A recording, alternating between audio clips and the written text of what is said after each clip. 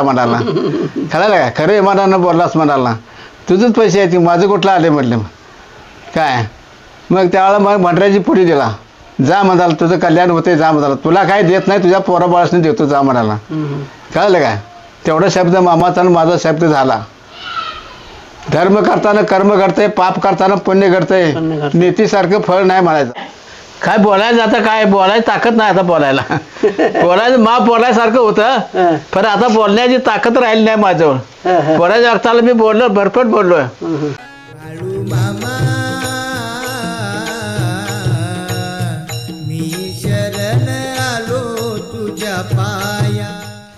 नमस्कार जय बाळूमा बाळूमांच्या नावानं चांग बोला विठ्ठलदेवाच्या नावानं चांग बोला हरसनाप्पांच्या नावानं चांग बोला मुळे महाराजांच्या नावानं चांग बोला महालिंगरायाच्या नावानं चांग बोला आई मरगुबाईच्या नावानं चांग बोला शेळ्यामेंढ्यांच्या नावानं चांग बोला राजावड्याच्या नावानं चांग बोला आई सत्यवाईंच्या नावानं चांग बोला बोला बोला बोला बाळूमांच्या नावानं चांग बोला.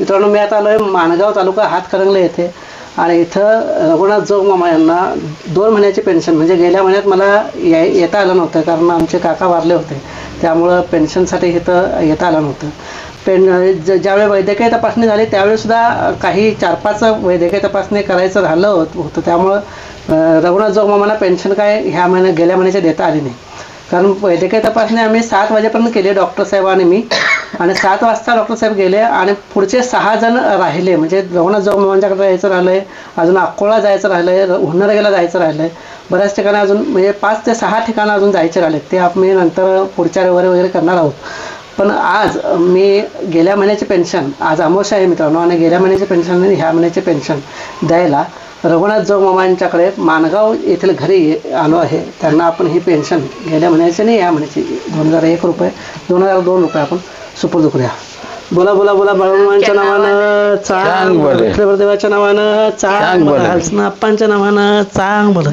मुळे महाराजांच्या नावानं चांग बोला आई सत्यवाईंच्या नावानं चांग बोला बोला चाबाय बोला काय बोलणार काय बोलणार काय बोलणार काय बोलायचं आता काय बोलायची ताकद नाही आता बोलायला बोलायचं माप बोलायसारखं होतं पण आता बोलण्याची ताकद राहिली नाही माझ्यावर बोलायच्या अर्थाला मी बोललो भरपूर बोललोय तर काय म्हणलं बसा बसा इकडे बसून बसा ते घ्या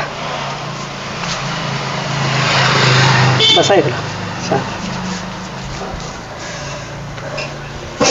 इथं घ्या पाहिजे पुढं घेतो बरकाळ्याजींच्याकडे गेलो त्या दिवशी काय ऐकू येत नाही त्यातनं सांगायचं लय काय काय ऐकू येत सांगायचं लय काय सांगायचं आहे त्यातनं कारण बरकाळ्याजींच्याकडे गेलो होतो तरी बी काय चालेल आता आपल्या हाडं बाद झाल्यात हो हाडं बाद झाल्यात आतल्या हाडं हाडांचं काय नाही सोडा हे मशीनच व्यवस्थित नाही आहे ते मशीनच जरा खराब झाले बहुतेक बाळूमामाच्या संकट सेवा केलो बरेच वर्ष सेवाच केलो मामाच्या बरोबर मामाने त्यावेळेला मला काय तर द्यायला आलं तर मी घेतलं नाही नको मामा म्हणाला अरे सुकाळीच्या तुझा उपकार माझा काय ठेवून घ्यायचा करायचा आहे तुझा उपकार मी ठेवून घेणार नाही म्हटलं बरं म्हटलं आता केव्हा मामा होईल उपकार होईल तेव्हा होईल पुन्हा मग मामांचे माझे पुन्हा गाठ पडले म्हणा जे काय रंजले गांजले त्याची म्हणे जो आपले तोच संत तोच साधू तोच देव जाणावार रे सुकाळीच्या म्हणायचा मला पण मला काय त्यावेळेला कळत नव्हतं मला माझं वय बारकं होतं त्यामुळे मला काय कळायचं नाही काय रंजले गांजले कोण गंजतोय कोण रंजतोय कोण गांजतोय कोणाला माहिती म्हटलं कळालं काय मग ज्या वेळेला हे शेवटला जे काय हे झालं त्यावेळेला मामाने मला सांगितलं अरे म्हणाला मी मेंढराकडे राखायला गेलतो मेंढरा राखायला गेलतो अरे ते माणगावच्या कार्ट्याला बोलवा इकडे म्हणाला माणगावच्या कार्ट्याला बोलवा हां मग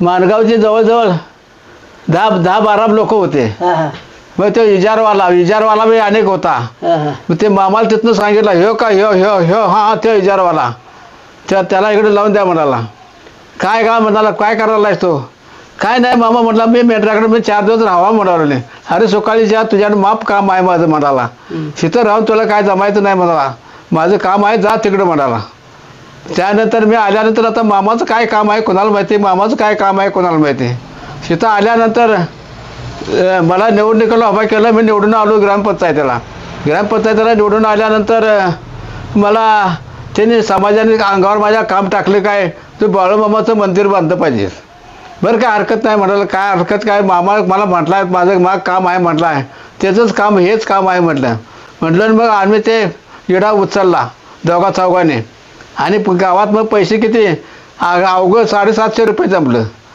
750 रुपये. आत्ताच्या मुलासने सेवा कशी करायची ते सांगा. आत्ताच्या पोरासने.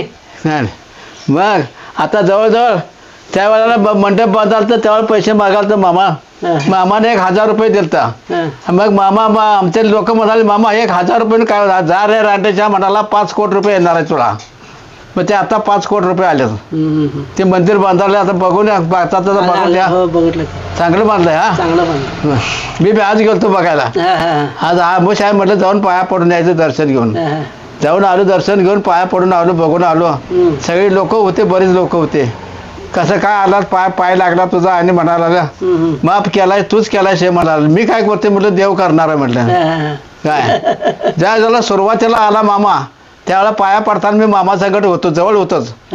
त्यावेळेला बिरोबाच्या पाया पडताना तिकडं तोंड करून बसला आणि पाया पडला. अरे बिरोबा म्हणाला किती वर्ष जागा न्हाळाल तर हे माळाची तिकडं नदी इकडं डोंगर म्हणाला किती वर्ष जागा न्हाळालतास तो.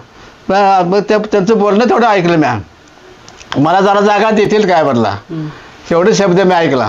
मग ते जागा दिली बघा मामाला बिरोबानं आणि ते आंबराय वरजले तिथं. काय तर असे कामं झालेले आहेत. तो काय आता खायचं तुम्हाला. मग मामाच्या संकट फिरल्यानंतर मामा म्हणला अरे मला ते तुला गाडी मोटरला पैसे आहेत का नाहीत. आहेत की मामा तुम्ही दिलेलेच आहेत पैसे माझे पैसे म्हटलं. मी कुठलं काय छापून आणतोय म्हटलं. अरे सुकाळीच्या मनाला मी दिलेलंच आहे होय म्हटलं. खरा इमानानं बोललास लाटेच्या मनाला. खरं का खरं इमानानं बोललास म्हणाला. तुझंच पैसे आहेत माझं कुठलं आले म्हटलं. काय मग त्यावेळेला मग भंडऱ्याची पुढी दिला. जा म्हणाला तुझं कल्याण होते जा म्हणाला. तुला काय देत नाही तुझ्या पोराबाळासने देतो जा म्हणाला. कळलं काय तेवढा शब्द मामाचा आणि माझा शब्द झाला. धर्म करताना कर्म घडतंय पाप करताना पुण्य घडतंय. नीतीसारखं फळ नाही म्हणायचा.